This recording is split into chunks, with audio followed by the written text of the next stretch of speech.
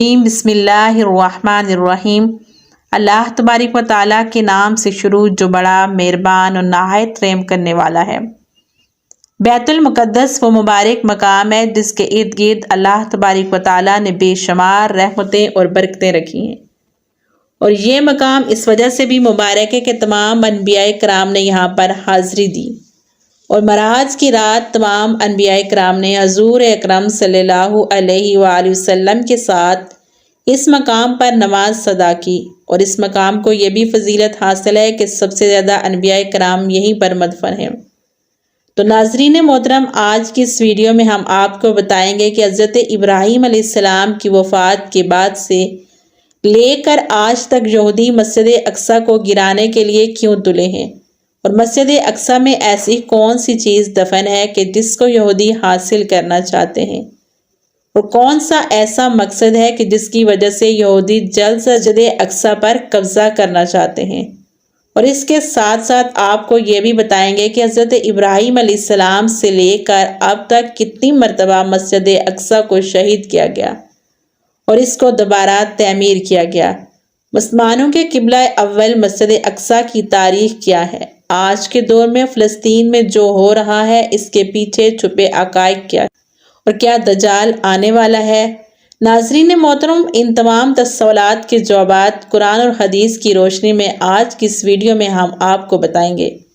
لہٰذا آپ سے میری مؤدبانہ گزارش ہے کہ میری ویڈیو کے ساتھ اینڈ تک بنے رہیے گا اور میرے چینل کو سبسکرائب کرنا مت بھولیے گا۔ تو ناظرین محترم، بیت المقدس وہ مقام ہے جو تمام بڑے مذاہب کے نزدیک عزت اور احترام کا حامل ہے۔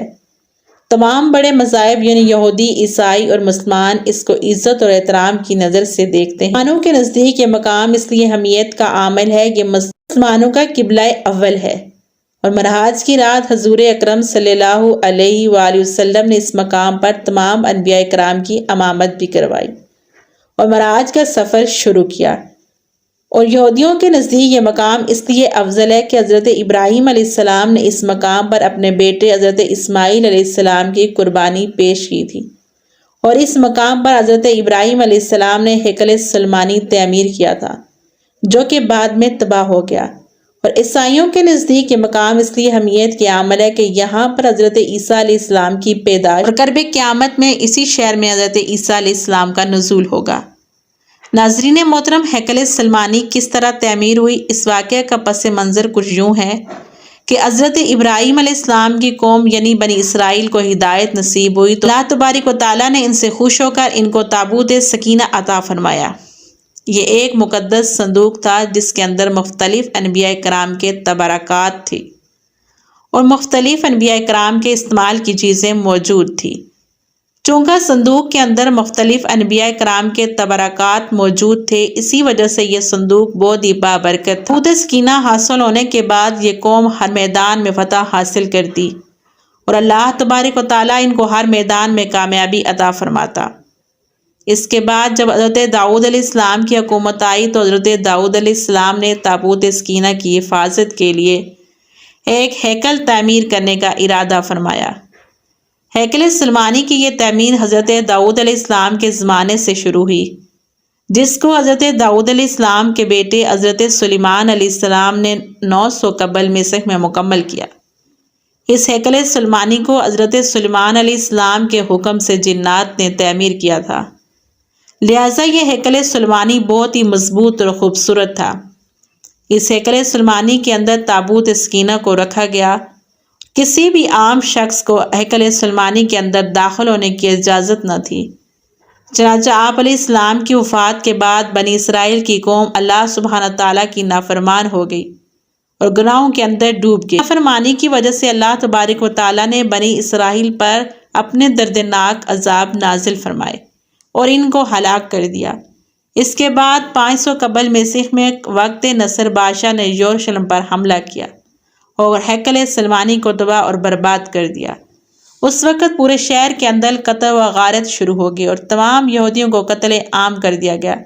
اس جنگ کے بعد جو یہودی بچ کے وہ بخت نصر بادشاہ کی قید میں آ گئے۔ نصر ایک ظالم اور جابر بادشاہ تھا جس نے پوری دنیا پر حکومت کی، اور یہ کافر بادشاہ تھا۔ آخر کار یہودیوں نے اللہ تبارک و تعالیٰ کی بارگاہ میں توبہ کی اور اللہ تبارک و تعالیٰ سے مدد کی طلب کی۔ لہذا کچھ عرصے بعد ایک سائرس نامی بادشاہ کی حکومت ہوئی، جس نے تمام یہودیوں کو وقت نظر سے آزاد کروایا اور ہیکل سلیمانی کو دوبارہ تعمیر کرنے کی اجازت دی۔ ناظرین محترم، روایات میں آتا ہے کہ اس جنگ اور قتل و غارت میں تابوت سکینہ گم ہو گیا، اور بعض مورخین کے مطابق تابوت سکینہ کو بخت نصر نے کہیں پر دفن کروا دیا تھا، اور بعض روایات کے مطابق تابوت سکینہ اللہ تبارک و تعالیٰ کے حکم سے غائب ہو گیا۔ جس طرح ہیکل سلیمانی کی دوبارہ تعمیر مکمل ہوئی اور یروشلم میں یہودی آباد ہو گئے، لیکن یہ بدبخت قوم کچھ عرصے بعد اللہ تبارک و تعالیٰ کی نافرمانیاں کرنے لگے، تو ان کی ان ہدایت کے لیے اللہ تبارک و تعالیٰ نے حضرت عیسیٰ علیہ السلام کو مبعوث فرمایا۔ جب حضرت عیسیٰ علیہ السلام نے یہودیوں کو حق کی دعوت دی تو اللہ تبارک تعالیٰ کی طرف بلایا، تو تمام یہودی حضرت عیسیٰ علیہ السلام کے خلاف ہو گئے